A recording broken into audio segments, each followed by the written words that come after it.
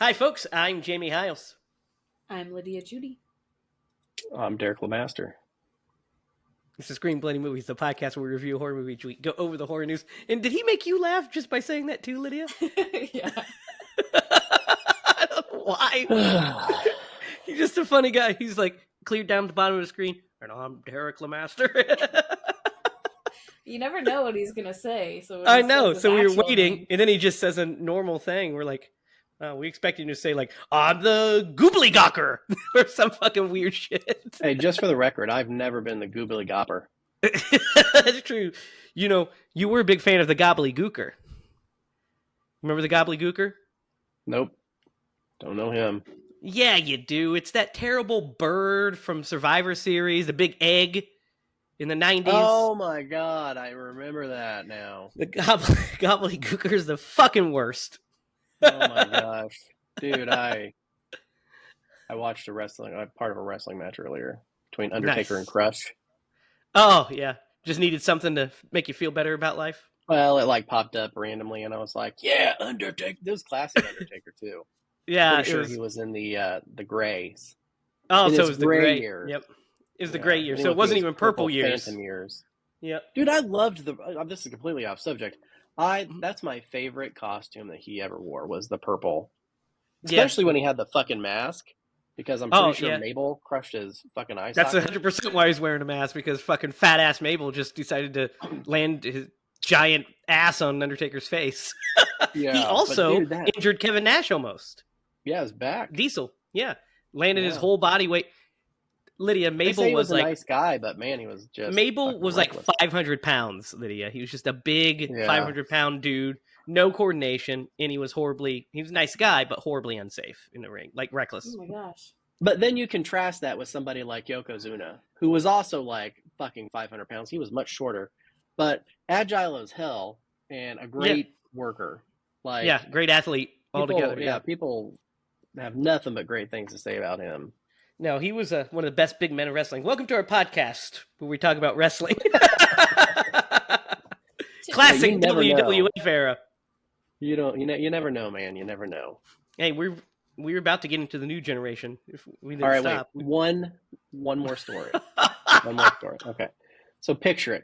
I'm like 10, 11 maybe, and I'm pretty sure it might have been Survivor Series. Like I pleaded with my mom, please get Survivor Series on pay-per-view because that was when you had like the fucking cable boxes and you had the button and you could like push it and it would go toot, toot, toot, toot. Anyway, so we just get done watching Survivor Series and then like cat calls or something like that comes on. And it didn't go straight to like the scrambled signal. It kept going. And so I'm like watching this movie and I think it had Shannon Tweed in it, man. And like the first like 5 minutes of the movie. Yeah, she like pulls down her top and then boom, it goes right over to the scrambled signal. I'm like, no! Why would you torture me like this? I think that was strategic. It probably was. It probably was, yeah, I guarantee it. They're like, right there, turn it off, they can call in. Yep, and then like, bring it back, bring it back! I felt like Jim from American Pie. Yeah. That's so funny. That's good. Oh, man. So, guys, we've got a lot to talk about. We're going to do Lee Whannell's 2024 film. It's weird to say, but 2024 reimagining of The Wolfman. We've got some things to talk about with it, and we will talk about them. First, I got a little bit of horror news. Let's start with this. There's not a lot of like really big horror news. I got a small section, but what I've got is kind of cool. This is interesting. The Rock is going to be in. So he's doing a movie with A24 right now called The Wrecking Machine, which is about an MMA fighter. And it's like a docudrama. The Smashing Machine. I'm sorry, The Smashing Machine. So he's doing another A24 movie, this time a psychological thriller, where he's going to play a manipulative motivational guru. And it's called Breakthrough. So that sounds interesting. Set in the turn of the millennium, Southern California, The story follows an alienated young man who comes under the influence of a motivational guru whose intoxicating charm masks his morally questionable methods of manipulation and his own concealed darkness. Mm. So that'll Dude, be The a Rock different... is perfect for that role. He could Because be, his yeah. charisma is next level, man. He's infectious. He's got a personality. It just glows. Just imagine if he was on the wrong side of like morality. You know what I mean? Right. I think he'll. Yeah. I think he'll rock that, man. Ha, No pun ha, intended. see what you did there. Yeah, we moved straight from the the 90s to the Attitude Era. So we're already in the Attitude Era now, Derek. Talking about old Rock. So yeah, I think that would sound pretty cool, right? Rocky Maivia. That's one of the most hated baby faces of all time was Rocky Maivia. Like, he was so not over, the crowd would just chant "Die Rocky Die" when he'd come on the screen. That's rough. What a trajectory he had. Yeah. Coming out of that and joining the Nation of Domination, and then become the people's champ, and now one of the biggest movie history. stars in the world. So yeah. Who saw that Guys, coming? Eli Roth is writing and directing a giallo horror movie called Final Cut. Ooh. Yeah. So Veronica Ferris will star in this, and we don't have any more details except that it's a giallo movie, which we haven't done many giallos on here. I don't know if we've done any giallo movies. I've been thinking about that. Have we done any, Lydia? I don't think so. I don't think so. Is that the one with the sharks? What? No, what are you talking about? The Shallows? No, get out of here. I know what you said. It was a joke. It's something. I won't be appreciated until I'm gone. And then it might even take a couple years. Watch it. Watch it. Watch it. That's cool. I mean, that's interesting. We might hit a... I mean, the closest we've done to a giallo, well, we haven't done it yet, would be X. Is giallo-ish, but the third one, Maxine, is pretty much a giallo movie, which we haven't done yet. That's actually one we need to get up here. Guys, this is fucking weird. I think you'll like it. So this they're this is so stupid. They are Living Dead dolls. They have made David from the Lost Boys, and I want you guys to see this thing. The flip. It looks like he has nut sacks hanging off of his eyebrows. I mean, it's a pretty close. It's a pretty close representation of the makeup, obviously super exaggerated, and Derek thinks it's very phallic, I suppose. What do you guys think of this thing? I don't know. I mean, dude, here's the thing. I would love to buy that as a gift for somebody. Yeah, that's pretty fun. I have to say. It's very fun. If I were a multimillionaire, I would. This is no joke. If I were a multimillionaire, I would buy a ginormous stockpile of these things, and I would hand them out to kids at Christmas. I would send them to charities and stuff. Be like, here, hand these out. Charities. I know you need some food, kid, but here's a David doll.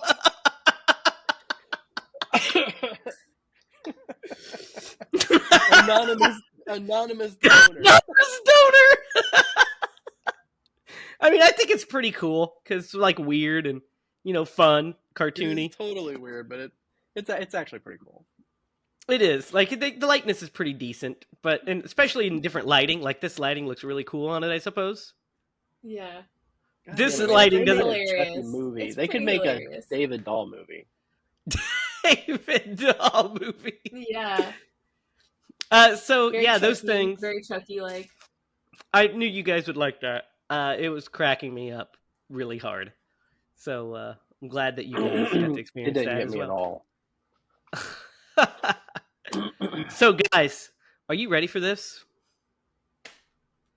Tom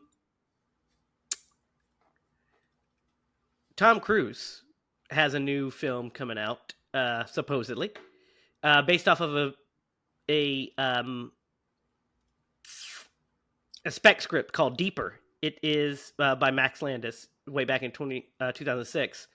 But this movie, starring directed by Doug Liman and, of course, written by Christopher McQuarrie. But Tom Cruise and Ana de Armas are starring in a supernatural thriller that takes place in the water. It follows an astronaut who encounters a terrifying force while on a deep dive into a never-before-explored trench. Mm. Guys, that sounds excellent. Tom Cruise has not done much horror. Yeah, Right? and what he I mean, has done has been really good. Yeah, I mean, he's done Interview with the Vampire, right? Mm-hmm. Yeah. Probably my favorite role of his. Is that it? Is that the only Personally. horror movie he's done? I mean, there's horror elements to Legend, but that's like a fantasy film. I think that might be it. That might have been the only horror movie he's ever done. So that would be really cool to see him in that role. I just got done seeing Mission Impossible, The Final Reckoning, and it's solid. It's good. Some of the stunts are breathtaking. I mean, some of the stunts are breathtaking. There's a final final sequence where the ones that you see in the trailer where he's on the airplane, where he's hanging off the wing of an airplane, is just fucking wild. I was like, okay, you do you, Tom Cruise. You do you. Hey, if he impressed Henry Cavill. Yeah. It's not my favorite Mission Impossible movie. I would put it in the, in the middle somewhere. Fallout's number one. It's the best. But it's solid. It's solid. It's the last one, supposedly. So 30 years in the making. Pretty solid. And guys, that wrapped up the horror news. That's crazy. 30 years. Yeah, I know. Well, it'll be 30 years next year. The first Mission Impossible came out in 1996. Yeah. That was with John Voight before he went crazy and all that fun stuff. Yeah, so that's crazy. That movie is, I remember going to I didn't get to go to the movies and see that. A friend of my mom's had it on VHS and let me borrow it. And that was the first time I watched it, and then I was obsessed. And then I've seen every subsequent Mission Impossible in the theaters over the next 30 years. All the ups and downs, highs and lows. I was there. So, guys, picture it. It's last year. And Pretty we went foggy at this point. I know. It's last year. Or actually, pictured it's 2 years ago, and we hear that Lee Whannell is directing a take on The Wolfman. And we were all beyond stoked because we're like, we love Saw. We love Insidious. We love The Invisible Man. We love this stuff. Let's bring it on. And so we were super excited. Then we saw the first trailer. And we're like, ooh, looks pretty good. Then we saw the Universal Studios thing, and we were like, that was our first red flag. It was the first red flag. We should have heeded this warning. And then, and then, the movie came out. We didn't go see it in the theaters, and nobody else did either. Really, the movie financially did not do very well. It made, on a budget of $25 million, it made $34.9 million. Yeah. So it's time for us to dig into this thing and see if it's a forgotten gem that people should give a second chance, or were audiences initially right. So, where do you guys want to start? Oh man, I'm ready to dig into this mofo. Go ahead, Derek. What do you want to dig into? This might be an unpopular take.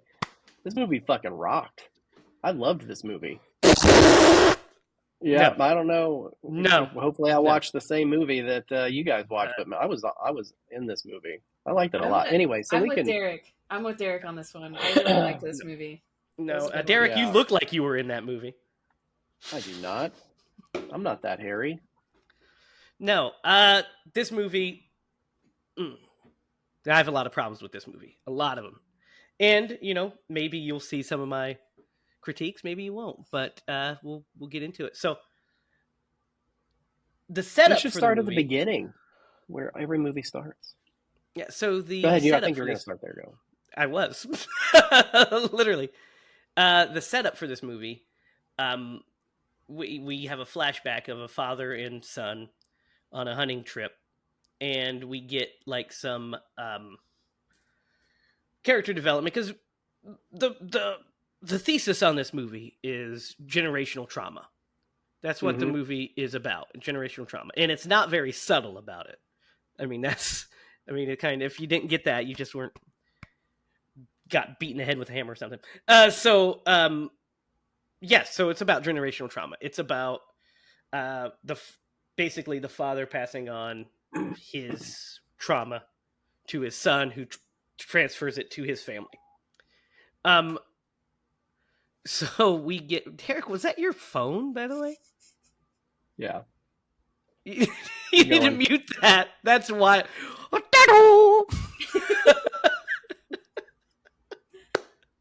So we get basically we see a little bit of the relationship and it's supposed to be like basically the father is kind of not strict, not nice to the son. There's trauma there, but I'm gonna be honest with you. I'm kind of on the dad's side. You're fucking walking around in the woods carrying a firearm. You should probably listen to what he says.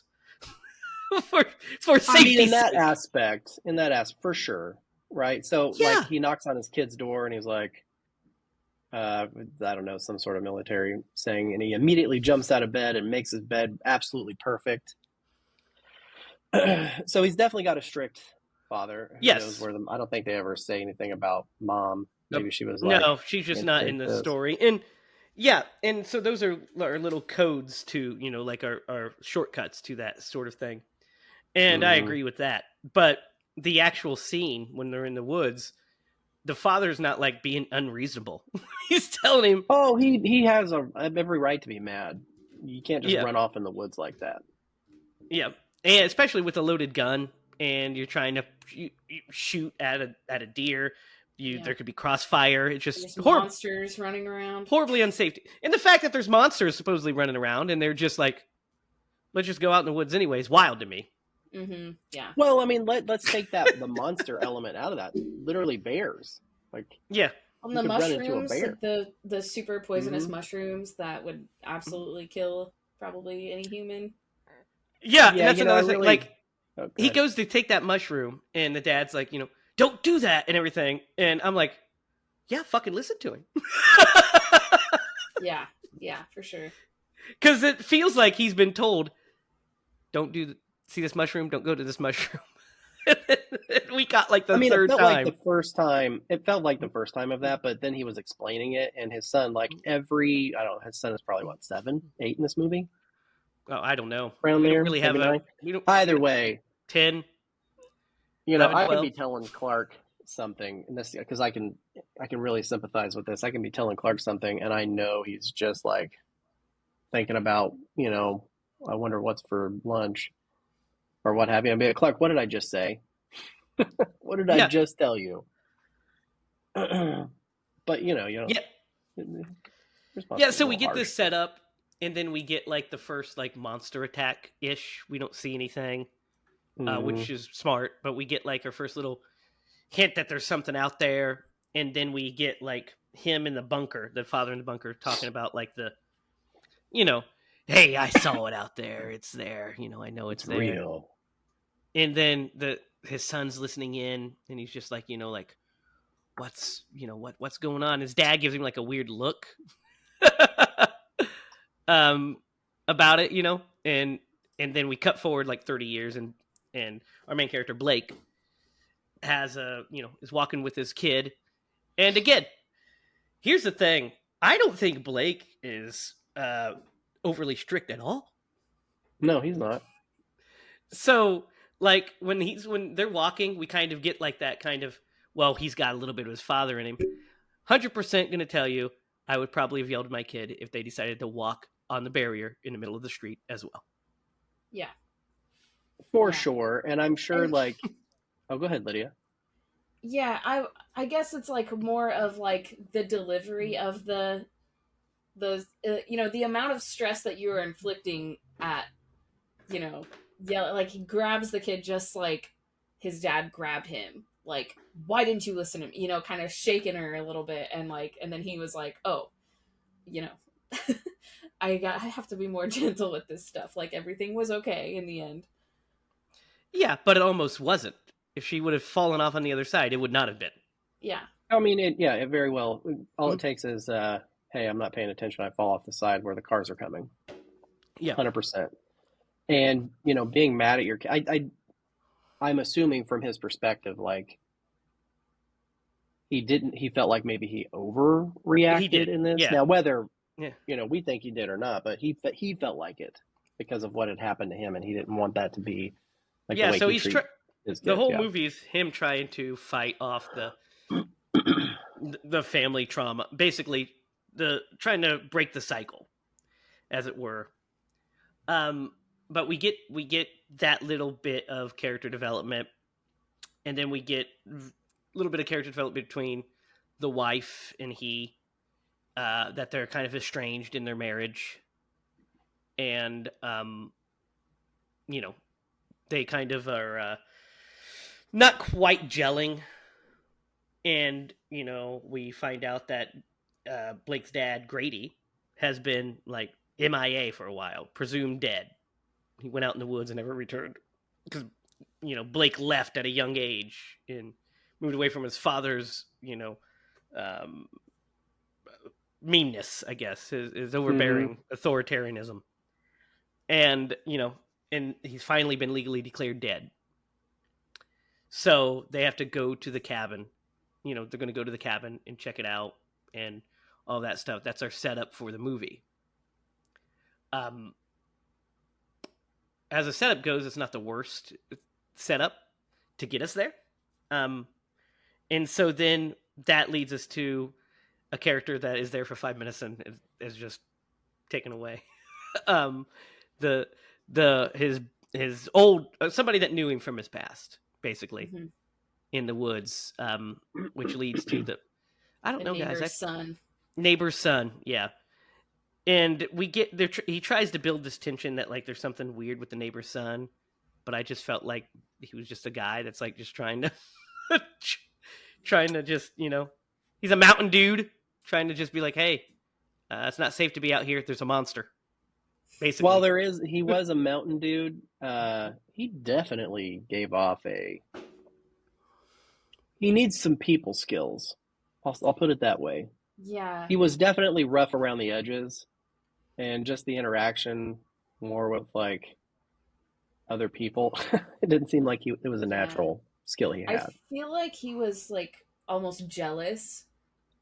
Yeah, he got out. I'm sure. He got out and had like a beautiful family and like a healthy, happy life in the city. Yeah. And he's just like stuck on this mountain, like in the cold and the dark. Yeah, well, I mean, I don't know why he's just sitting out there, maybe waiting for the. He was probably looking for dinner. The monster, maybe. I mean, I don't think he's that. I don't think it's that much of a mountain man. He just didn't break the cycle. He just is living where his dad lived. Yep, just living his life. But they took a wrong turn. I guess, because they don't have signal, and he hasn't been there for so long that he forgets where he's going. Apparently, he just has no idea where he is. And then, what was that? A train? And then, as they're driving down the road, they see the creature in the something in the road, and it veers off, and Blake should not be driving this truck, I should say. First of all, he should definitely not be the one driving this truck. I would have let Mountain Man drive it. Because he overcorrects horribly and they crash, like slam bang. Now, to be fair, they live in like New York, right? They live in a city. I don't know, a city. I don't know if it ever tells us a big city. And big so like city, they were walking. San Francisco. Gotcha. So he probably doesn't drive a lot. Well, that's what I I'll give said. him that. Also, That's big what I trucks just are was hard, saying. man. Yeah, Yeah. I'm giving him an out because big trucks hard to handle. Well, I'm not I, saying that. I think Especially if you like got I'm like a smart agreeing. car. I'm driving telling you, Yeah. he shouldn't be driving driving it. on a mountain, that guy would have been splattered. Like I would not have swerved. No way. You know, like 100, Oh yeah, yeah. 100, 100. especially with That's everyone what in the car. when it happened. I was like, oh man, that guy probably would just been toast. Yeah, I mean, like they were like on a that was a heck of a cliff that they were on to just like fall down the Yeah. Yeah, and they're like, oh, mountain you know like what? that. Let me veer right into this horrible death. Yeah, just like Golly break. gee. Yeah, yeah, Golly. not the best, Golly gee. not the best. So the crash is pretty cool, and we get like this cool tension with the crash, and the first attack is really good. Like I don't have any problems with any of this so far. I'm in. We get the first attack. You know, he gets scratched in the attack, and they make their way to the house. We see like the dude getting dragged off and everything, and they make it to the house and lock themselves in, and then they end up figuring out how to get the power on and everything. And then she starts tending to his wound, and this is where this is where the movie starts to lose me personally. And it's not because of what happens, it's the sequence of events and the time in which it happens. Because I feel like the transformation happens way too fast. That's my biggest critique in the movie. Time frame. So they're there for because it happened in the span of a night. Yeah, it happens in one night. And less than a night. Like, it happens in the span of a couple hours. And we're supposed to build the drama. So for me, the drama inherent in a werewolf movie is the main character realizing that this is happening over a period of time, and they have to try to they're trying to fight this urge. And in this one, it's just like he's scratched, and it's pretty much that's it. He's a werewolf 10 minutes later. Yeah. This doesn't really follow your typical. No, it doesn't follow any of the rules. Yeah. It's not a wolfman. It's not a werewolf movie. It's Let's more just of get an that out of the way. infection movie. 100% not a werewolf movie. They don't look like werewolves. They don't turn into the werewolf at night, in the moon or anything like that. They don't turn back into a man. It's not a werewolf movie. It is an infection. They act more like rabid zombies or something. It has more in common with 28 Days Later than it does a werewolf movie. I think it's called I could definitely see that. I think it's called the Wolfman because of the IP.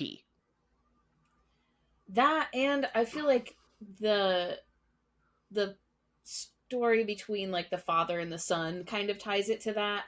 Where like if they would have called it something else, people would have been like, "Oh, this is just like basically Wolfman with the father." Maybe, and the son but they would have been like, "Oh, it's not." But at least it wouldn't have been a werewolf movie, because this isn't a werewolf movie. But the the infection stuff. What do you guys think of like his like what he sees, his perception? I thought that was as really he starts cool. to turn, like with the like the blue filter and the white eyes and stuff.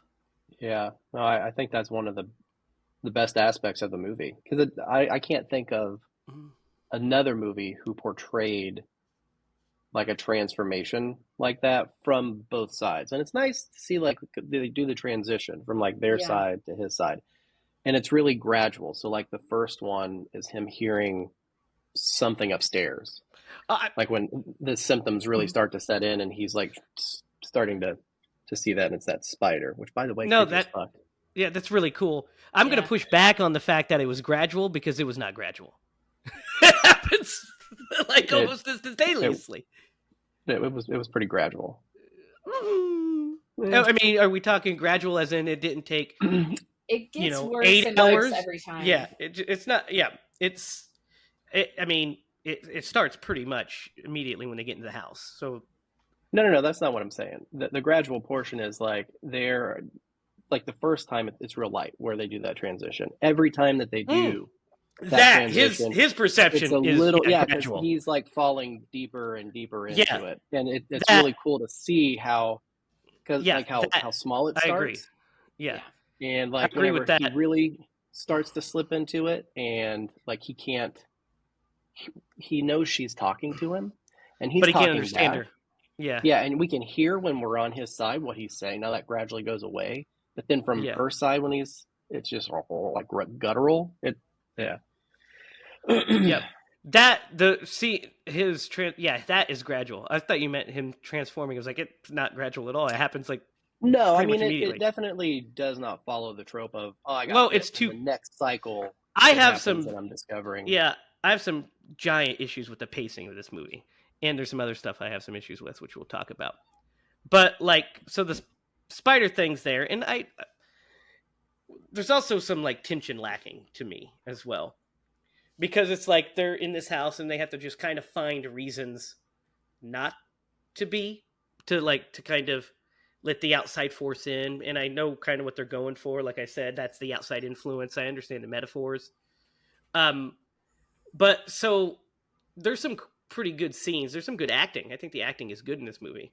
I think he doing his transformation is. I kind of feel bad for the actor because like he starts like not getting any lines, and it's just more like him pointing at things for a while. Um, but like the daughter and the wife are kind of like they're not very fleshed out characters. I don't feel like. Um, so they're we get a good scene with between them where she tells him that she. We get a scene earlier where he meets her at the courthouse steps because she's or whatever the steps was of the office that she's coming out of, Mm-hmm. and he's like, hey, are we okay? We need to be okay, kind of thing. And it's right before they leave. It's because they had the argument earlier. So then we get her like being like during the transformation, hey, no, I love you. I want to do this with you and everything. So we kind of are trying to build that relationship and the tragedy of it all. What do you guys think of the characters and all before we keep moving forward to some of the cool effect stuff that happens and some of the action? Yeah, no, I see where you're coming from with like the relationship of him and his wife. Now, the relationship with him and his daughter, like I thought was pretty good, and I love that little thing that they do, which by the way, really at the end, like that brought me into it. Uh, Like I that dynamic with them. I thought that was hokey AF, but that's just me. It just didn't work for me. Yeah, But I thought it was really sweet. I do those it hokey was things. sweet.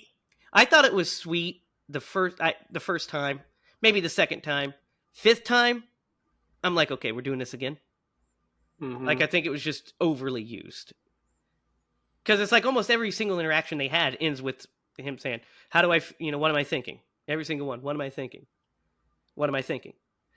And at the point, I'm like, "Are you thinking you're tired of this bit yet?" Because I am. That's what I'm thinking. But no, I think she's really good. I think their relationship is solid. I just think that the wife character is like underwritten, and we're wanting her to be like. We're trying to get it to the point where she is like, what's the word I'm looking for? They're wanting to get her to her name's Charlotte in the movie, by the way. I didn't even know her name. They're wanting her to be, by the end of the movie, to be like our Sarah Connor or what have you, to have this like transition to be like the strong, you know what I mean? And I just don't think it quite gets there. Yeah. I can see where they're going, like how they're trying to do. I can see where they're heading, but I just don't. I don't think they get there for me. But once we get a pretty cool, set piece coming up. What do you guys think of like the first like set piece with the you know, with the werewolf attack? In the car or the truck, I guess. Yes, when they try to make it to the truck because he's like just all fucked up. Like, Yeah. you- No, he's 25 minutes had passed and he is fucked. Like, they try to get on that radio, they can't get anything, and so they're heading to the excuse me. So they go to that truck, and she does the uses the battery to jump it and everything. And we get that Talk about truck the most unrealistic part of the whole movie. That truck would never have fucking started. That was the only thing I had a problem with, really. I was like, are you kidding me? The tires are still good on this thing? Listen, Lydia, didn't you see that battery was just sitting inside, so it perfectly would jump this car? Yeah, yeah.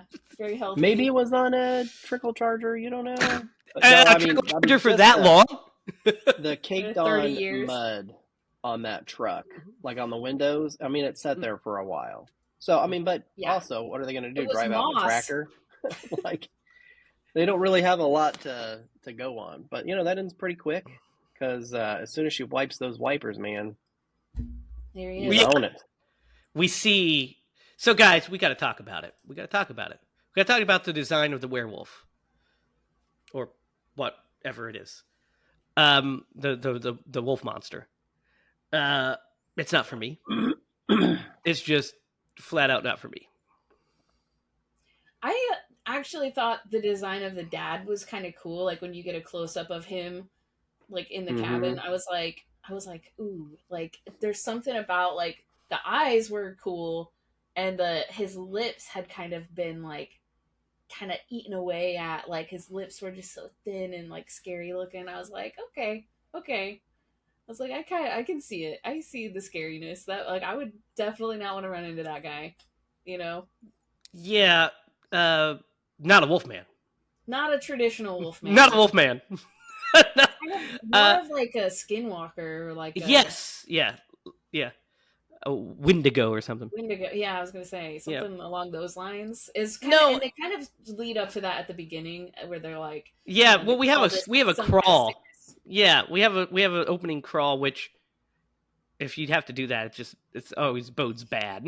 It's like, I mean, unless you have like a catchy poem, like when the autumn moon burns bright kind of bullshit. Like it's just like you're like, oh no, they're giving me exposition already, and it's just starting. Yeah. This should have. Now that I'm thinking about that, like I didn't think about that until just now, and I'm like, this should have been called like the Skinwalker or something instead of the Wolfman. It's the Wolfman because of the IP. So Yeah. they could, because he made the Invisible Man, and it made like $300 million or whatever it made, and then so he's like, let's repeat that success with the Wolfman. Yeah. So he's like, let's just give me all the Universal properties that have man in them. So he went from Invisible Man to Wolfman. And it's not the Wolfman, by the way. This movie is literally just called Wolfman. Wolfman. Yeah, I keep accidentally calling it the Wolfman. Yeah. I did that too when I was going to do research today, and I was like, the Wolfman, and it populated all the other Wolfman movies. I was like, what the fuck? Wolfman 2025. And then, oh, I'm sorry, Google, Wolfman. Jesus Christ. You finicky bastard machine. Yeah, the design of the wolf, of the creatures, I don't think is like inherently terrible, except I don't think Blake looks good. Yeah. I don't think he looks good at all.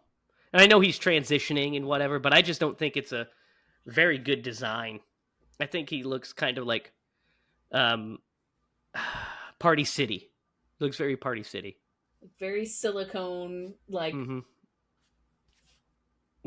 glued to his face kind of thing. I totally see what you mean. I have to say I see like elements in the makeup that I think were really cool and interesting. Like but they just didn't work on the actor, I think, because they kind of like elongated his skull in like a dog shape.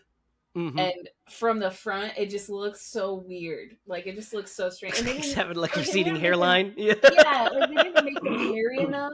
But I think they wanted that like skull shape to show through. Which they made him like start to like his hair so he's like this wolf man where like he gets hairy on parts of his body, but like he loses his hair. It's like the wolf man needs Rogaine. or something. Like, Yeah. like a hair club for Yeah. men.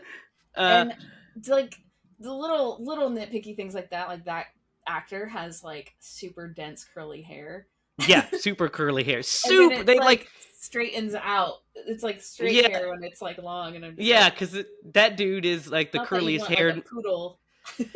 That guy has like poodle hair. He has like a perm almost. Yeah, it's Yeah, like definitely naturally very yeah, and it's like thick. dense curls. This thick head of hair. I wish I had a freaking thick head of hair like that. So does Derek. Look at him. Wishes he had a thick hair. Derek's rocking whatever the fuck that is. I'm rocking whatever the fuck this is. This guy with like great hair. I'm gonna say every time I see somebody with great hair, I kind of get a little jealous. I'm like, motherfucker. I mean, don't get me wrong. I'm happy to still have. I'm happy that I have hair and I'm not losing it. But man, like my dad has like this nice thick head of black hair, and I get my mom's wispy ass shit, whatever this is. Bullshit. That's what I say. Hey, at least you're bullshit not genetics, because that's decent. Yeah. And I'm not graying. I'm sorry, Derek. I mean, that's what kids do to you. Dude, that's what this is. Yeah. So yeah, don't love the design. But this truck attack scene is pretty good. It's a good suspense scene. I like that they, the chasing when they end up on the like greenhouse top. Is like, I was kind of like, why the fuck would you pick that place to go? I mean, I know you're kind of like desperate, so you're getting up there, but they're like, we should be fine here. I'm like, no, you're not. This is a terrible idea. That's like the worst place you could be. Yeah. I do like the bit where you could see it coming from a mile away that he's going to cut it and the girl's going to almost fall. Like, soon as they blocked it to where the parents are sitting over here and the girl is sitting over here, I was like, oh, she's going to fall through, or at least almost fall through. It's what happened. It's a cool bit, though, how he's jumping up and slashing. Mm-hmm. It's like, oh, yeah, that's pretty intense. What I don't love is the, like... So I like that he runs off to, like, distract the wolf and then, allows him to get in the house. And I love that the daughter's the one that's wanting him to get in. Because he's like just standing there at the door. And Charlotte, the mom, Ginger's the daughter, by the way, but Charlotte, the mom's kind of like, I don't know about this, guys. But what would you do? Your daughter's, I mean, this is your husband, your significant other, and yeah, they may be going through this disease and stuff, but your daughter's right there telling you to let him in.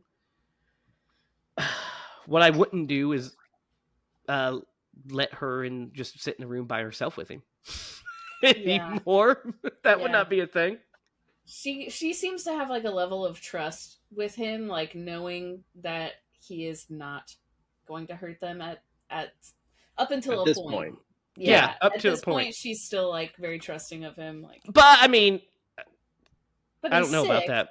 And I'm like, I mean, I would have been person with that. Like, yeah, I would have been quarantined his ass. Flesh-eating bacteria. Quarantined his ass. Yeah. That's where Mike and like when she was unwrapping his bandage. Yeah. When he eats his own harm, rubber gloves. Yeah. Dude, when he bites into his own arms, and then they just pretend like that shit didn't happen. Yeah. I think it was. What are we talking about? Yeah, but that's a moment for her. Like, no, it is. Yeah, she's like, I mean, she's probably at that point like, all right, we're gonna lose him. That's there's no going back. Yeah, that's exactly right. She's just got done telling him that, like, he is her best friend, and she doesn't want to lose him, and then that happens, and she's like, I am gonna lose him, and she's just kind of like stunned. Yeah, like no coming back from that. Yeah. So yeah, that's wild. The greenhouse bit is like a pretty solid thing. So we get more like drama with them, like doing the whole. Oh yeah, we forgot to mention that he throws up like a fucking finger. Mm-hmm. Yeah. And he was like, even like, ew. Yeah, and then she's like, approaches him or whatever. Uh, and he's like realizes what's going on, and so he goes to leave essentially because of like the danger he sees that he's putting his family in danger. So he goes to leave to separate himself so that way he keeps them safe. When the wolf attacks again, and I am just not guys, I'm not a fan of werewolf fights. Not a fan of it in the uh, Joe Johnson remake in 2010, which I watched recently, and it's decently solid. Just don't like the werewolf fights. But we get werewolf fight here. And then we find out during this werewolf fight that, guys, tell me, did you see this coming? Yeah. Was this a big reveal? Was this a big reveal that the werewolf happened to be his father? No. No.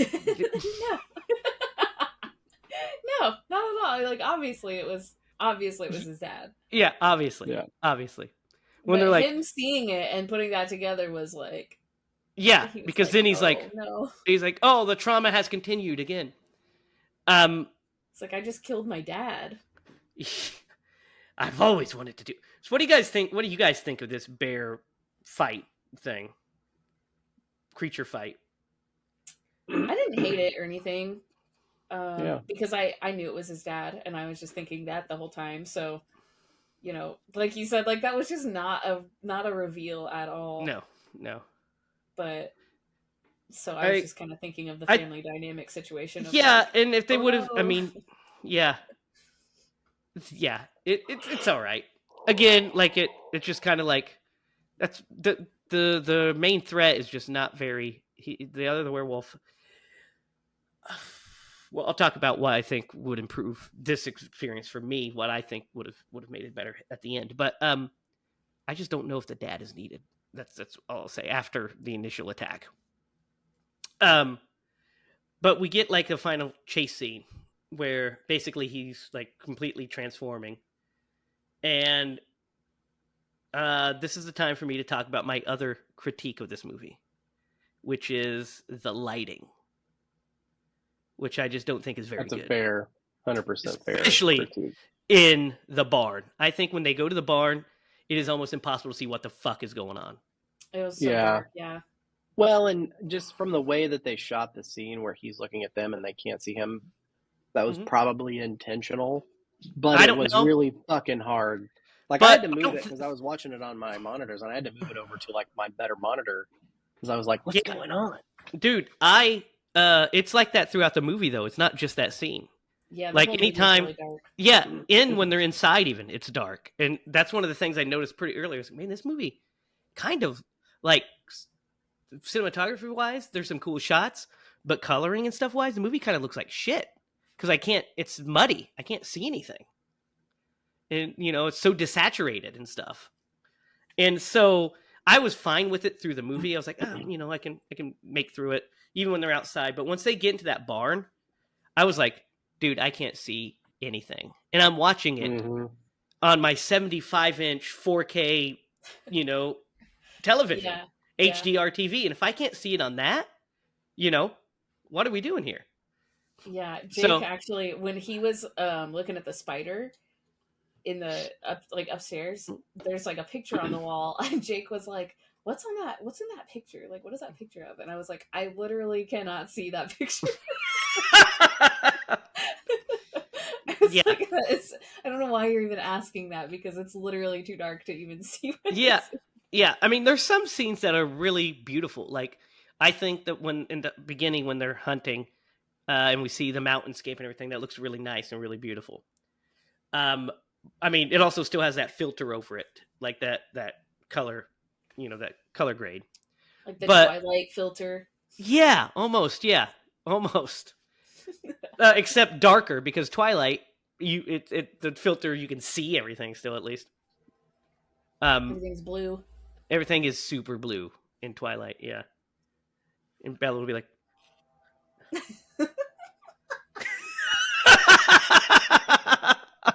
we need to do Twilight on this show. Tell me that wasn't a spot on Bella. That was. I thought you. I thought you were Kristen for a second.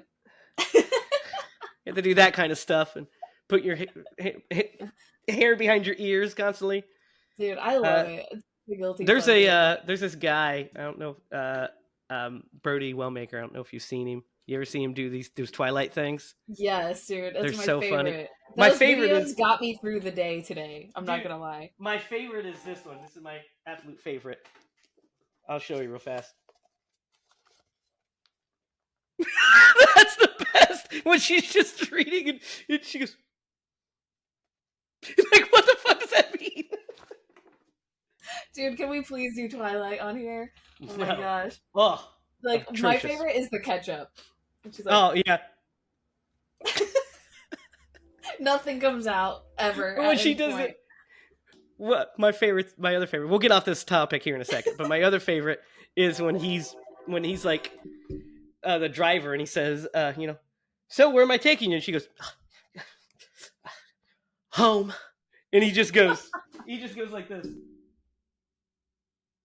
It turns back around. It's so fucking funny.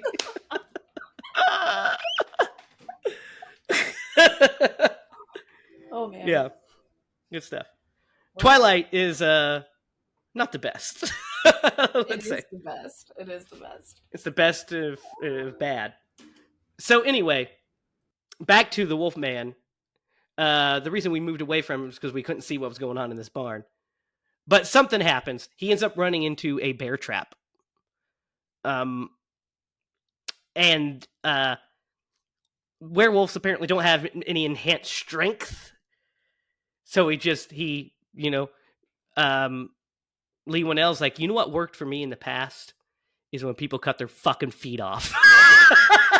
Yes. I'm gonna bring my foot chopping back, but this time he's gonna bite that shit off. Dude, I was maybe it like, was supposed to. Oh, go ahead. I was Go, like, buddy. what does Lee Winnell have against feet? Hates those motherfuckers. Hates them. It probably was a direct, like an homage to like that, but I took it as not that he didn't have the strength, but like the mental capacity to know how to get out of it. Yeah. Like more animal and like. Yeah, I felt that way too. Human. Yeah. I cognitive ability. Speaking about like homages to other movies, there were the names of two of the characters like made me specifically think of other werewolf movies. Yeah, Ginger from Ginger Snaps. Ginger from Ginger Snaps, and we've also got Grady from Werewolf of Fever Swamp, Goosebumps episode. I don't know if that one was intentional. No, but that one was intentional. For me, though, every time I hear the name Grady, I think of werewolves, and I was just like, "What are the odds that?" Who do you know what? When I hear the name Grady, I think of The Shining. Oh, yeah, that's a good point, actually. Yeah. Yeah, better than that Goosebumps episode, I would say. No, I don't know about that. Okay, I don't know. Stanley Kubrick's The Shining, I'm pretty sure is go back, watch Werewolf of Fever Swamp. Come back to me, okay? I've seen that, and I've also seen The Shining. So I mean, that's the reason I love werewolf movies. I think they really speak to me. I just really do. Yeah, I like werewolf movies too. I've never seen one that I don't like, honestly. I almost haven't. Twilight doesn't count because almost those are skinwalkers and not. Yeah.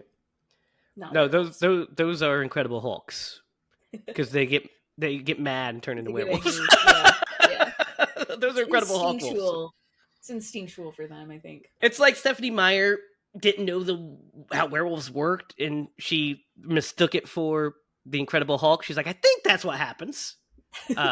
Miss Meyer, that's the Incredible Hulk. That's too late. I already wrote it.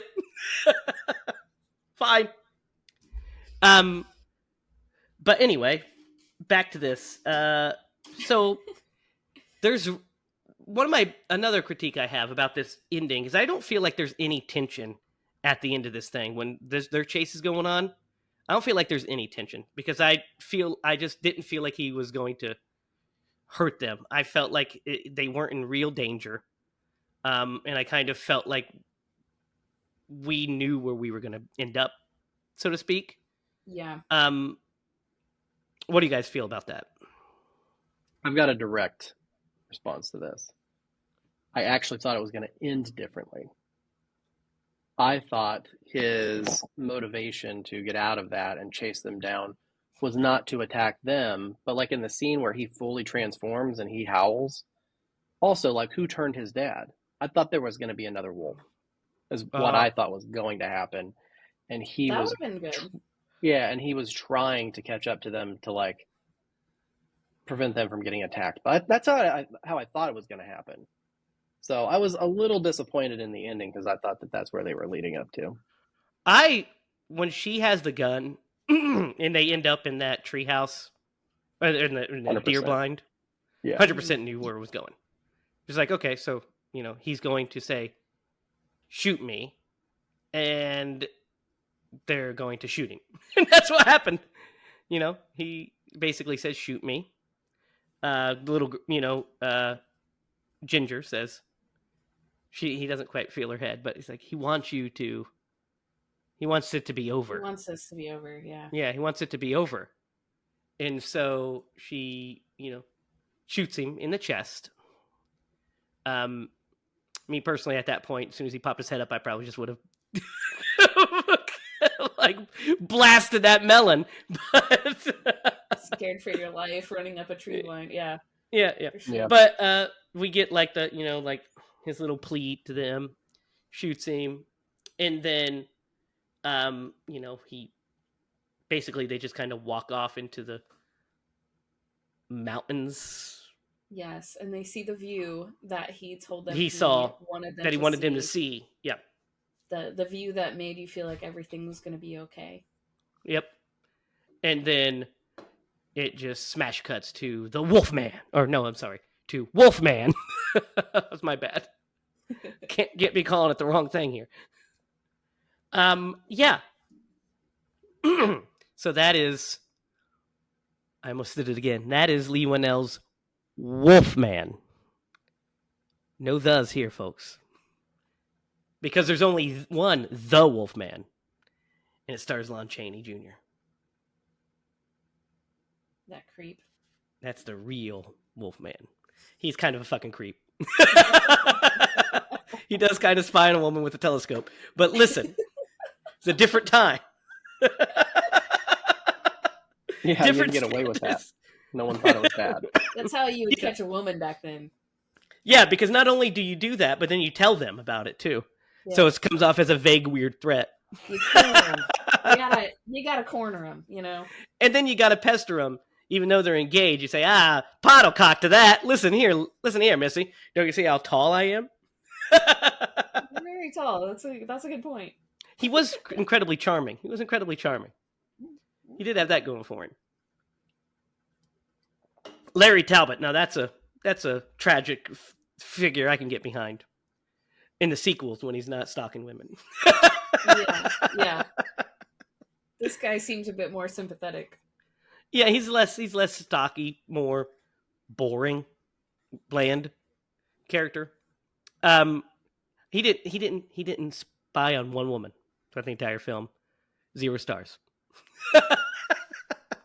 Very not true to the lore. That's the one problem I have with the lore here. You can take out all the moons. You can take out all the. You could take out all of that, but you've got to keep spying on a woman with a giant telescope.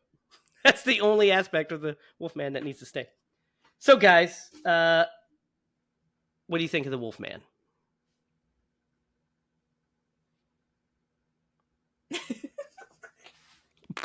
Are you turning into one right now? No, I yawned. Yep. It's like All right. that's your cue every time, and you always miss it. Here's the thing. I will concede that a more appropriate title for this movie would probably have been better, and not to make it part of that franchise. Because I think if you take that part out of it, I thought the acting was really good. I personally thought that especially between him and his daughter, I felt like they did really good, like character building and like relationship building. And I mean, his wife seemed underwritten for sure, but like there was a tension there, and they communicated that. But she was kind of an underplayed character.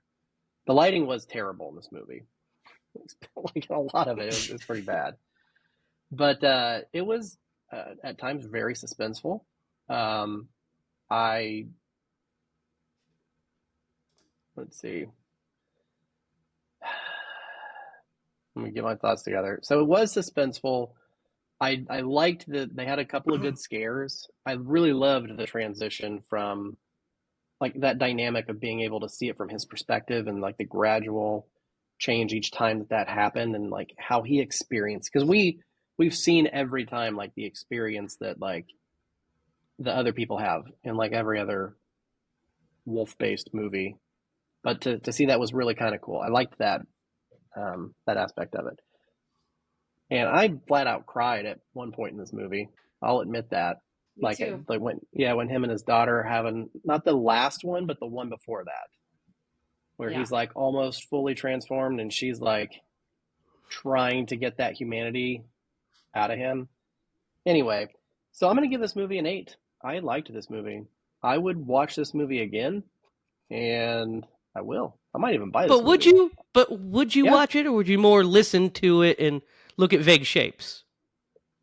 Oh man, we missed. Only on certain parts of it, but I liked this movie. I'm gonna give it an 8. We can't even ask Derek if this was in black and white or not. Motherfuckers. Because he couldn't see it. Which You know, in my originated will, on the Wolfman episode that we did. you guys are gonna be excommunicado in my will, just so you know. Dang it. Don't want to miss out on those tens of dollars. Hey, I've got batteries. Damn it. Dibs. Shit ain't free.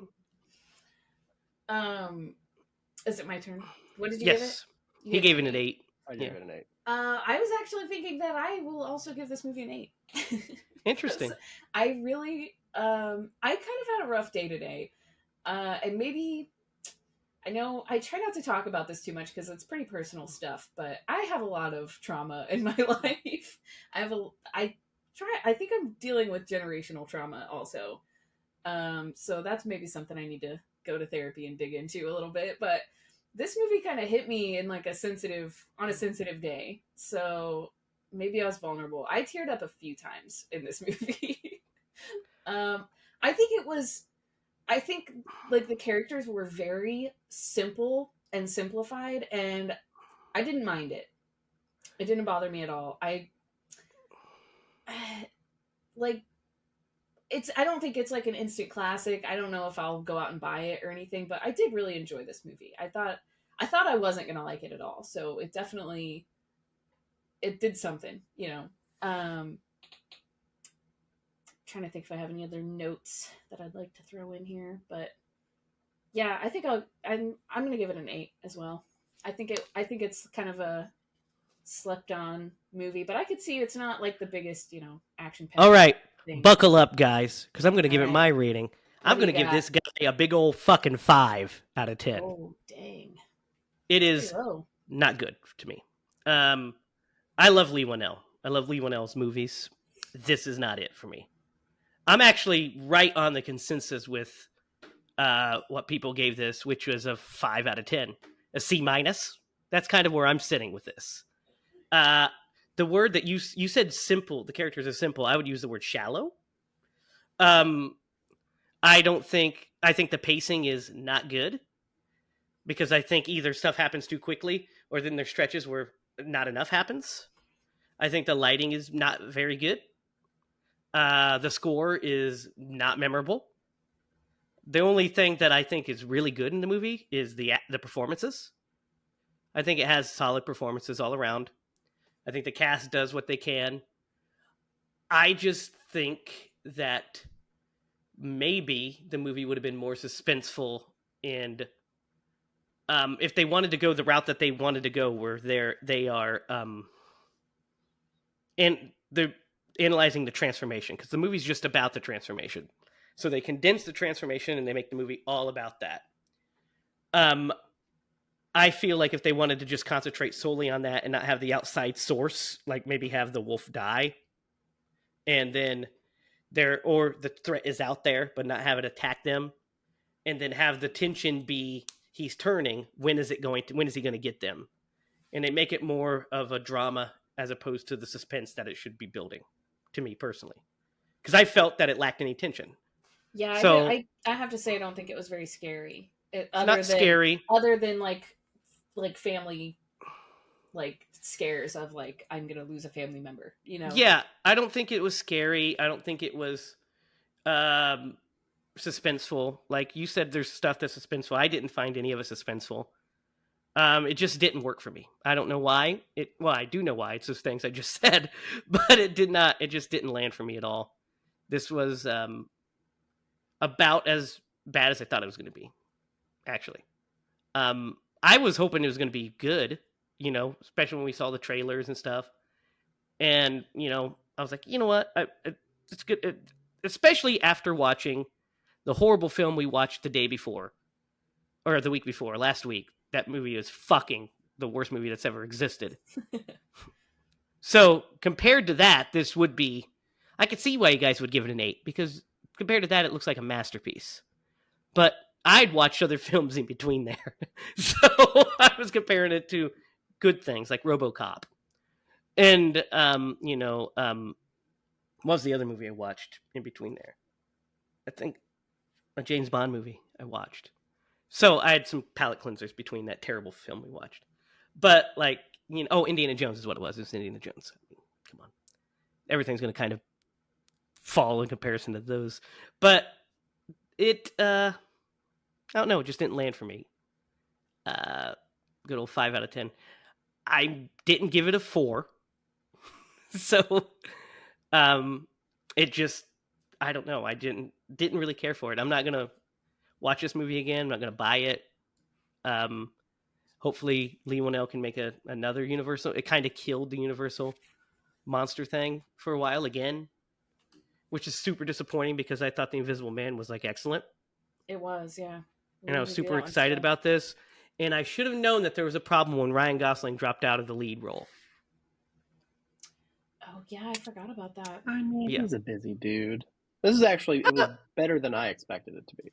I think he read the script. Have high hopes going in. I think he read the script. That's why he dropped out. He still produced it. He's listed as a producer in the movie, but he was supposed to produce and star in this and did not. I love Ryan Gosling. Maybe it would have helped. I don't know. I'm trying to picture him in this movie. I think it would have been a different movie. I think it would have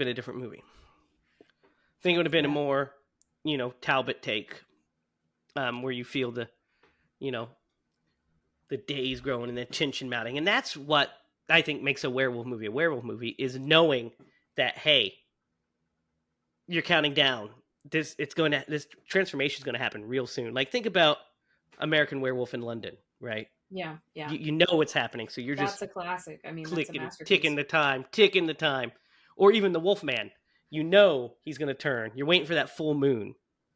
This is like, I think it all happened way too quick. All of it. So it sucked any tension. Did you watch, I think it's called Antlers? No, I don't think so. Kind of a similar kind of vibe. And I think that was like a Wendigo kind of situation. I think I've heard of that, but I don't think I've seen it. It was decent. So, guys, it's time to Atkinize this movie. Who is the great Tom Atkins going to play in this? The lead. Here we go. You're muted, Derek. Idiot!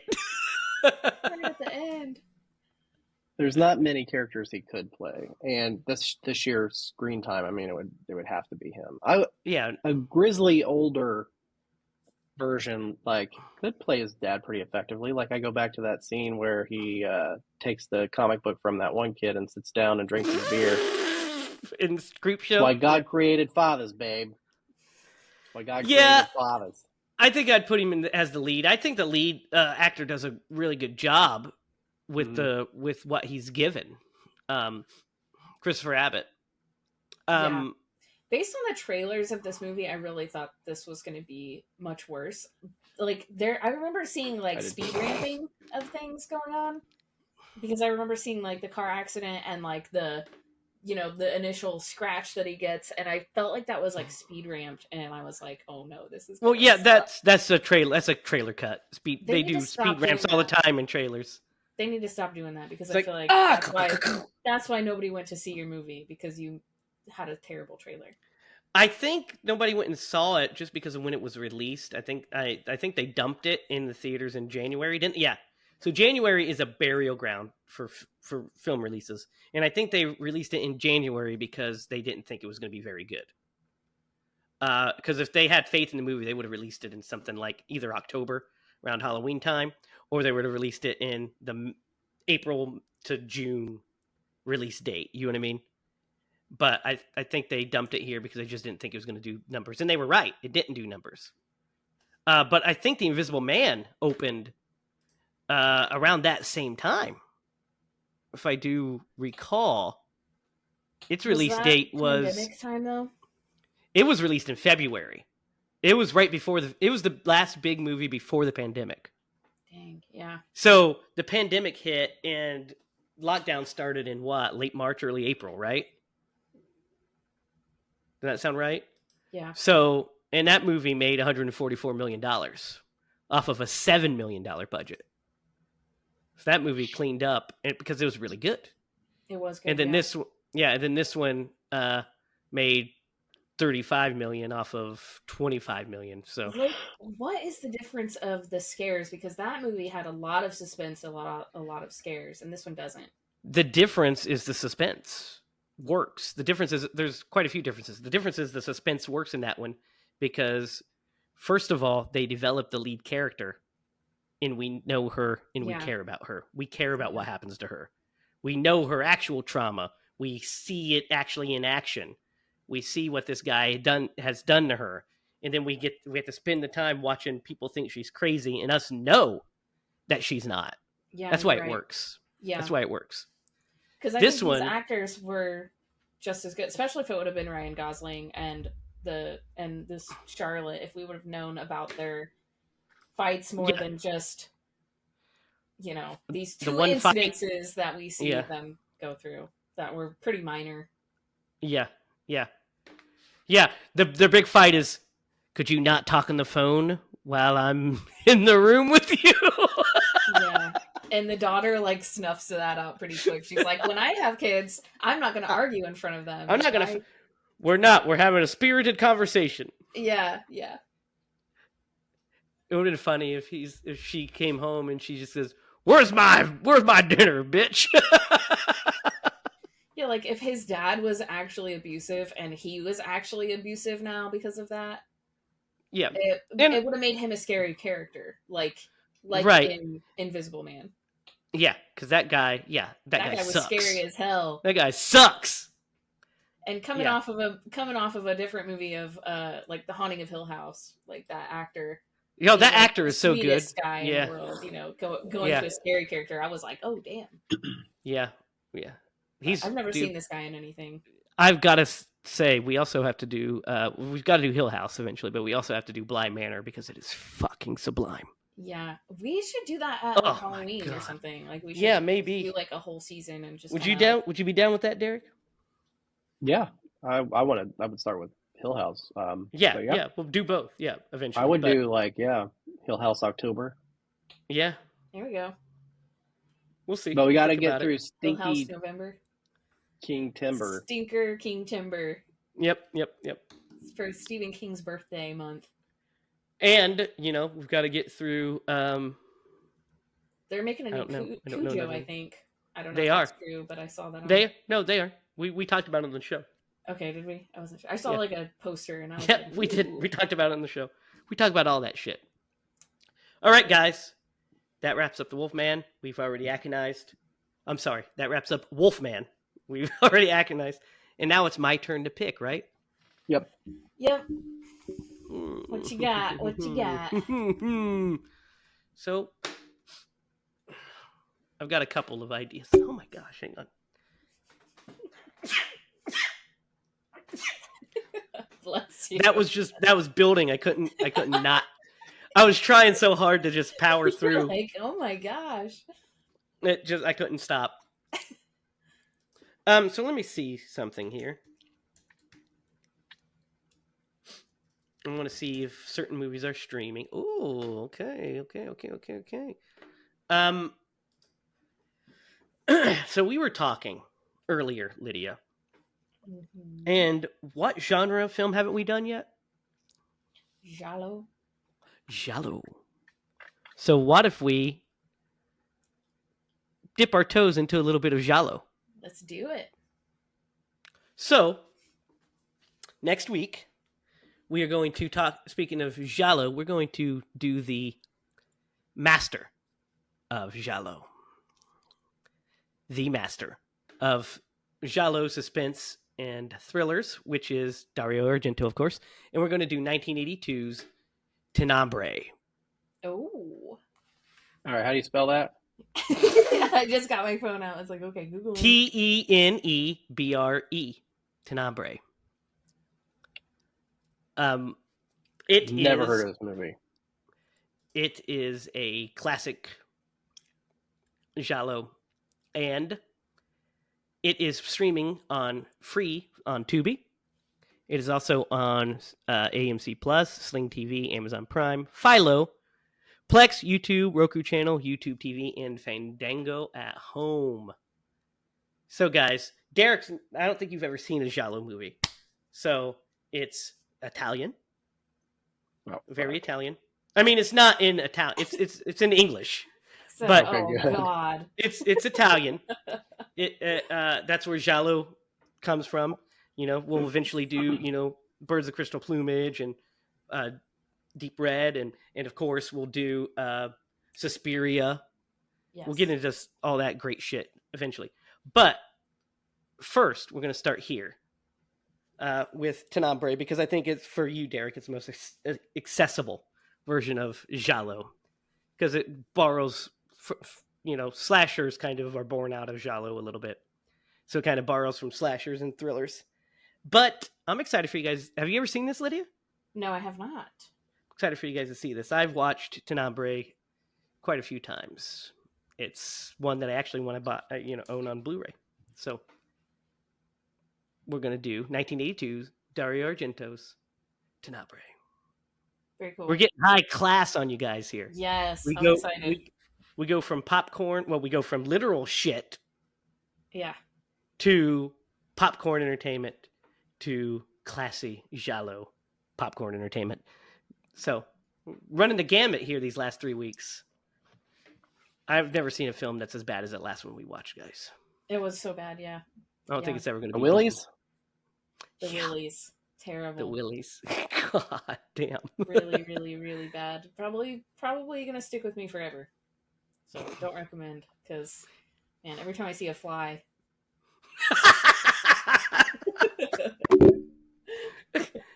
For me, it's every time I see like a fucking janitor walking by ripping his own face off. Every time you use the little boy's room. Yeah. All right, guys, that's our show. Be sure to comment down below. Last week, we will see if anybody got the time stamp of Derek's fart. He did not fart this week, so there wasn't one. Yeah. But let us know what you guys think of I almost did it again. What you think of Wolfman? Let us know what movies you want us to do in the future. I feel like a Romero movie should be coming up soon, guys. We might have to hit up a Romero here soon. It's been a while. But until then, for Lydia Judy and Derek Lemaster, I'm Jamie Hiles. Remember, if you're going to scream bloody movies.